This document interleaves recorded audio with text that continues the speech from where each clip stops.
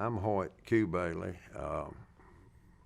raised in Shelby, North Carolina, and got so intrigued with the textile industry that I majored in textiles at North Carolina State University and came back home in 1951 to be with the Cleveland Cloth Mills, which, by the way, then was owned by the Gardner family and being sold to J.P. Stevens, which was the second largest textile manufacturer in the world. And I had an opportunity to get all the training that I needed in manufacturing in this plant, and later moved to Greensboro, where I became director of planning in a plant, and then I was moved to various mills to help them with their manufacturing and designing, and even to New York. And the opportunity came for me to come back home again, and of course Shelby was my love, and I couldn't resist that because it was recognized as one of the largest and better textile areas in the state. And by the way, in doing some research work, I found out that the Cleveland County mills paid higher salaries for the textile workers than many of the other areas of North Carolina. And I ended up with Dover, who were the greatest people I've ever seen in the industry. We had our own mill village. Golly, it was like a little town. We had our own school. Fact is, I lived in the village, and my children went to Dover School. It was like a big, huge family of wonderful people. And Mr. J.R. Dover Jr. was president. Mr. Charles Dover was secretary and treasurer when I came aboard. And the Dover family looked after their people more than, I think, any industrial management people in that. We had one thing that I didn't even know till I got there. We had the Dover Foundation, too, that they established in '44. And the family would pay the college tuition to any employee, the college tuition for any state university, for any children they had. The actual children of the family were paid, their tuition was paid for to go to college. And there were none of this, big living or high salaried people. They were just greatest people I've ever known. And if I had to say the most honorable man that I've ever known in the industry was Mr. Charles I. Dover, my father-in-law. And I'm glad to say that about him. He was a wonderful, wonderful man.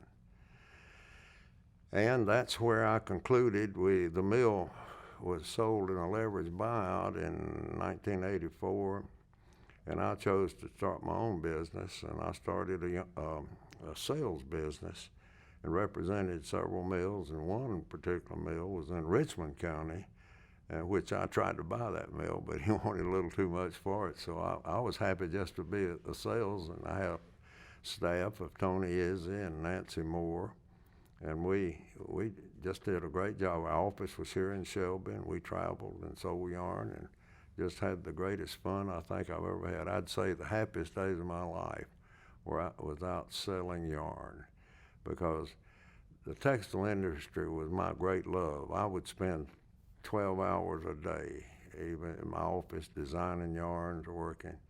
And I'll be frank with you, I miss it. It was a wonderful, wonderful experience for me and my family. And I was proud of the fact that my family, I raised two girls who went to school at the Dover School with the employees, and we could never have been happier. And I coached the little football team. And I've been involved in athletics to a great degree in Cleveland County, but I think I could talk for a year about my experiences, but I think that's enough.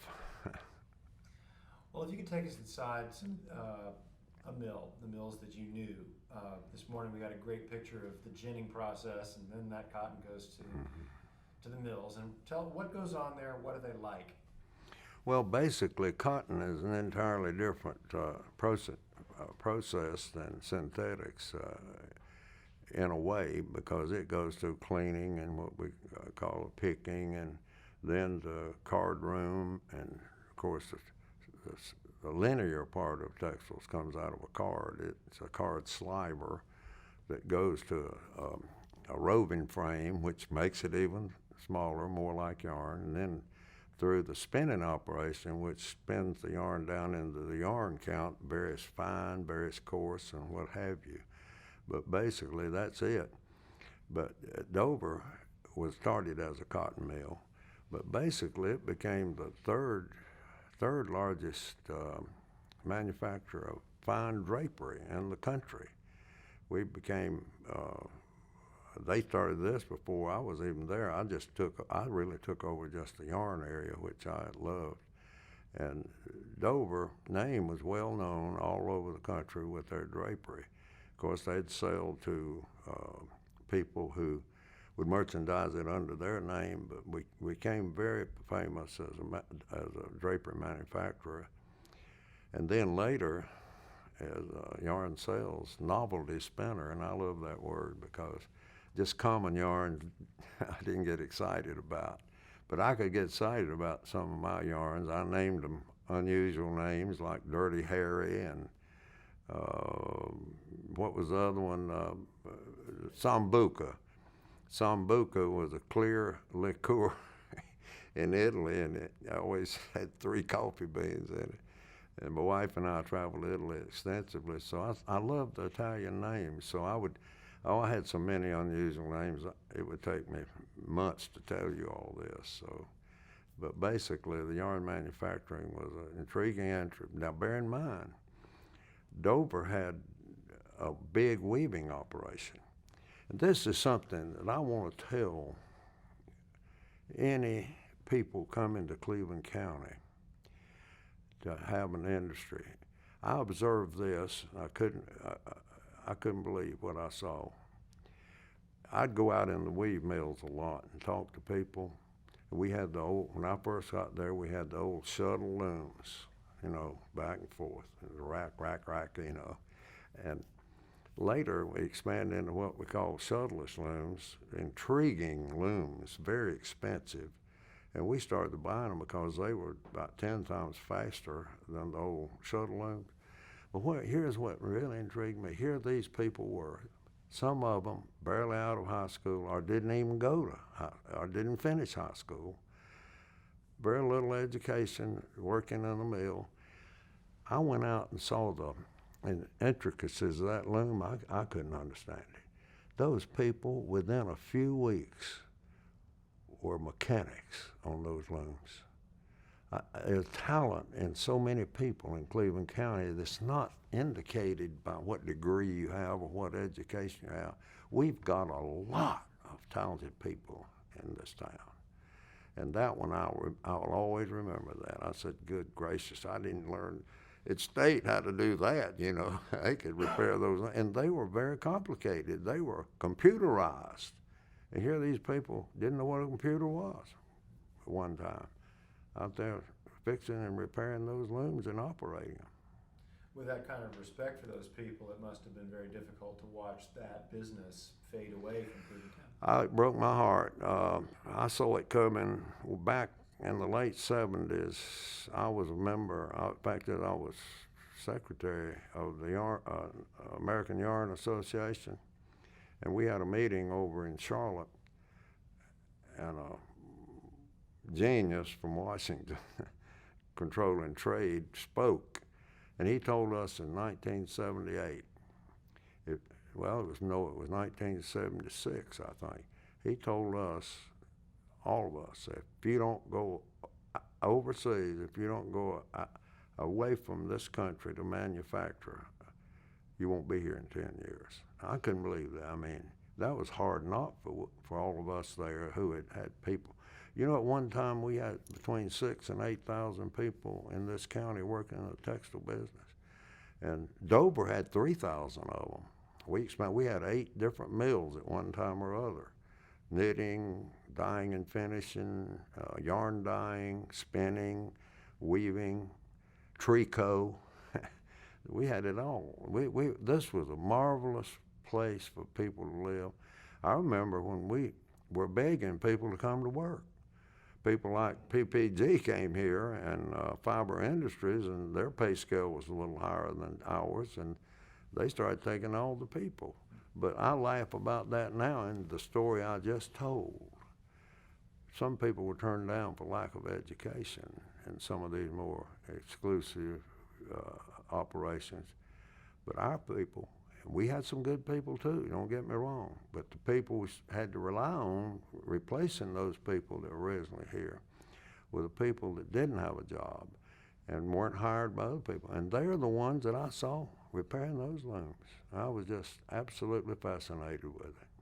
And speaking a little of the history of textiles in Cleveland County, I just have a brief memory, and I tried to do a little research 10 minutes ago. But I do remember the Shank family had the first mill in Cleveland County in the little town of Lawndale, which was a great little textile town. And it established a mill there in 1873 by a Major Shank. He was a major in the North Carolina National Guard, and also I think must have been in the Civil War.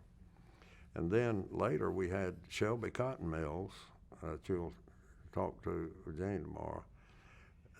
The LeGrand family, it was built in the early 1800s, but it expanded greatly under Mr. R.T. LeGrand and became one of the largest mills in our area. That was Shelby Cotton Mills. And then the Lily Mills also started, the Shank family also started the Lily Mills around 1905 under the direction of Gene Shank, one of the sons. And they were a thread mill. They lasted very long, even during the decline of the textile industry.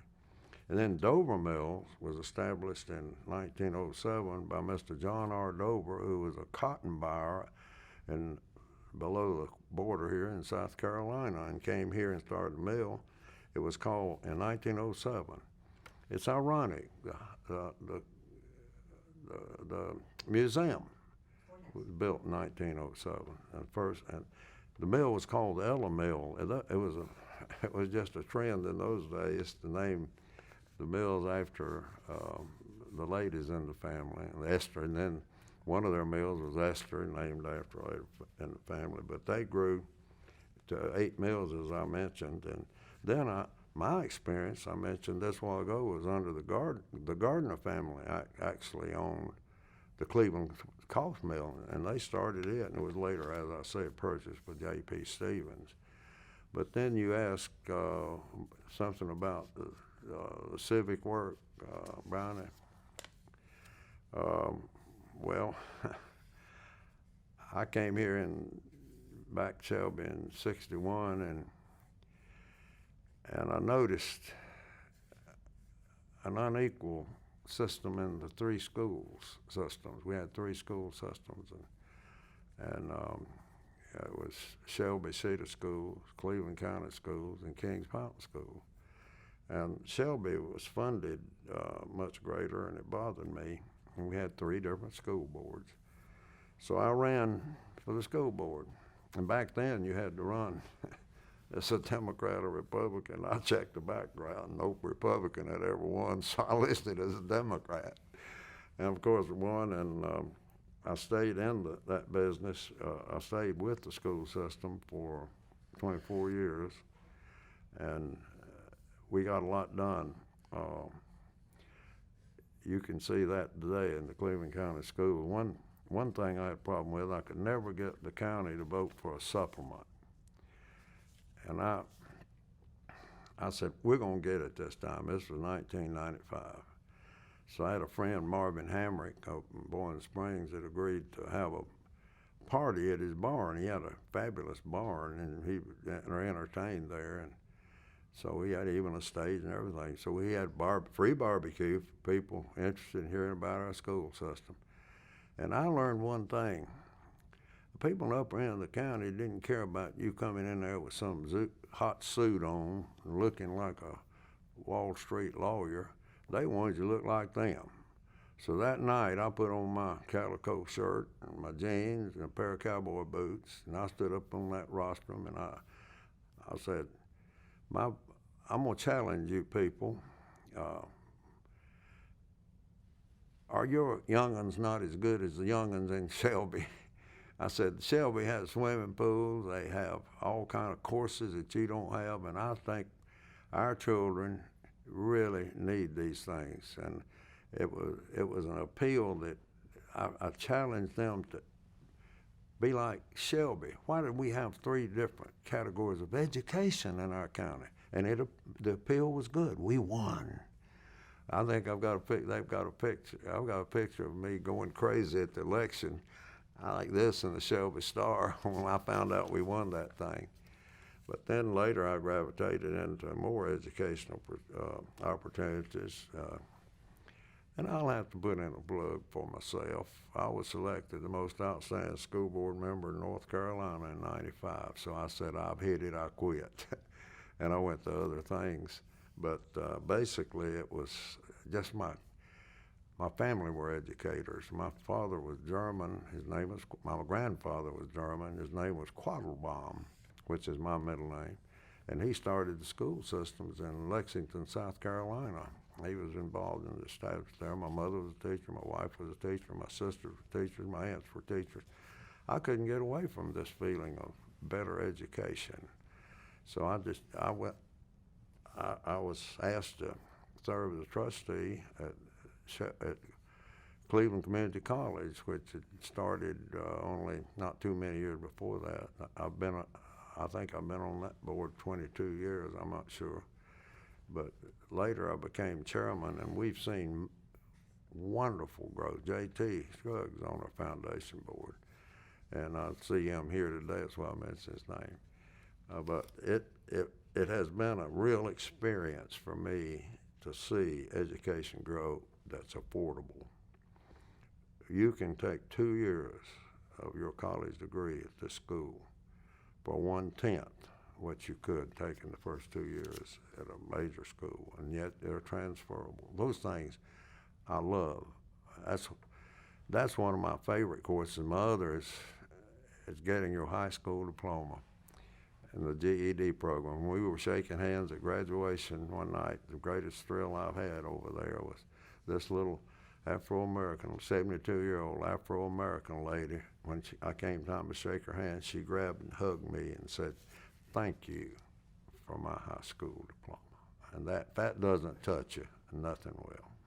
Hoyt, touch just a little bit on the continuing improvements in the early college that's going to take place at the community college.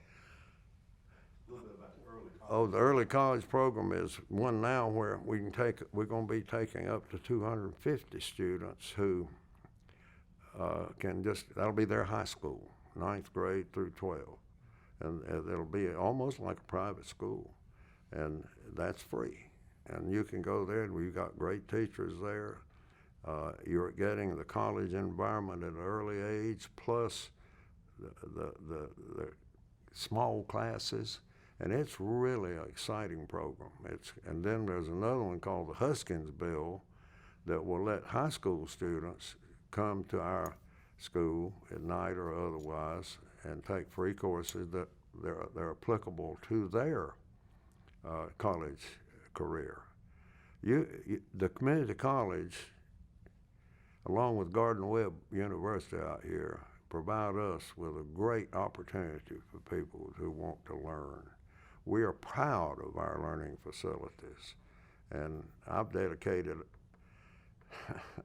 a lot of time to it. And don't you think I didn't enjoy it? I did. It's not a chore for me. It's a wonderful opportunity to be around people whom I love and see us grow and develop. And I think we're starting now to realize, I think maybe even the world, I hope at least the United States is beginning to see this county as a wonderful opportunity.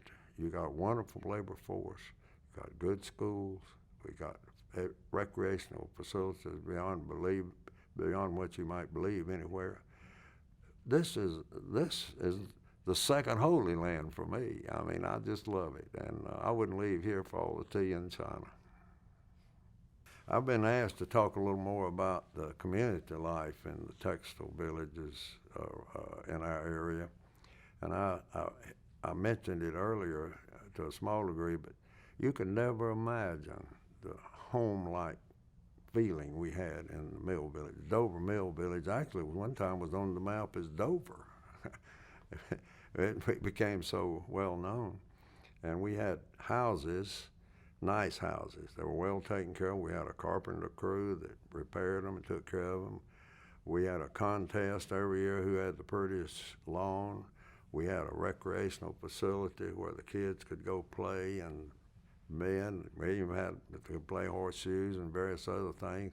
We had a athletic field behind the school where I always worked with my kids. As I said earlier, I was a football coach and did it for many years. By the way, I went on to win Pop Warner State Championship in 53 or 4, right after I'd been there. But it was a delightful time. You had ice cream suppers and family get-togethers. We had a mill store, which we didn't own. We let that be an outsider taking care of that store.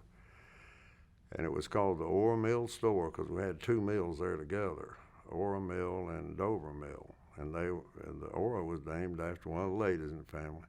But I could not tell you the happiness that you had in that village. And I lived in the village, and I was proud of it. And we had friends that came from every walk of life. And my 2 daughters enjoyed it. And the Girl Scouts, we had the Boy Scouts. We had our own church. We had a church, the Dover Baptist Church. There's no way to describe the melancholy about the Dover Mill Village. It could never happen again. And one thing I mentioned, the rent was 25 cents a room per week. You had a 5-room house, $1.25 a week. And we still maintained them. This was in the same era that you never hear that same kind of story come out of like the coal companies in West Virginia and Kentucky or other industrial centers where the narrative is so often company tries to get as much out of their workers as possible, saps them dry. And this is more of a give and take, more of a communal. Why so? Was it unusual? No. It's the difference between caring people and non-caring people. I could never tell you enough about the caring of the Dover family for their own people. They were treated like family. There was never any harshness. Not Mr. Charles Dover's office and Mr. J.R. Dover's office were open. The doors never closed. An employee could come across the street from the mill and walk in his office, and he'd welcome him. And it was just you couldn't believe this. I get tired of seeing these things about the abuse of textiles. There's abuse everywhere. Listen, there's abuse with picking peaches. There's abuse certainly has to be in the coal mines, which is one of the most horrible vocations I would ever imagine. But that's why I'm so excited about telling you about a great county. We have the greatest people in this county. And at one time we had 6,000 to 8,000 people here, and we want them back because we have a good labor force. And Brownie and a lot of other people here, JT and our community college people have done a great job in bringing a new industry here already. And of course, I remember when PPG came here at one time, JT, they were a couple thousand people, weren't they? 2,000. And of course, we were 3,000. Now, we were scattered from here to Cherryville. And in between, we had 8 mills. Most of them were in Shelby, but 2 of them were over in Cherryville, and 1 was between here and Cherryville. But if you want me to talk about, you shouldn't have asked me to talk about the community life in a mill, because I've been there, and I've done that. Well, I ask you more for that reason because I think it was an important time in our lives, and it did show what the textile, how people were around the textiles, and how some of the textile companies helped to take care of the people. Well, I knew about every family that lived over there. We had a baseball field, real baseball field. We played in a semi-pro ball. I even played semi-pro baseball. And it was a delight to have that opportunity, and that the mill people would come out to those games religiously. They loved the baseball. Hoyt, could you talk about your hope for the future of Cleveland County? I think I've just said that. Yeah, you really have. My hope and prayer, and not only hope, I think it's going to happen. If people would, tell people come sit down with me. I'll sell them on Cleveland County, because I've been here and done that, and I've been to other areas. I've lived in Greensboro, I've lived in Wallace, North Carolina, I've lived in Greenville, South Carolina. I thought I was going to live in New York, but I backed out on that one. But I think I've never seen such harmony in a county as we have. People working together. We got so many projects going now. It's hard to believe we have the unemployment we have, but people are still giving. They've never been selfish.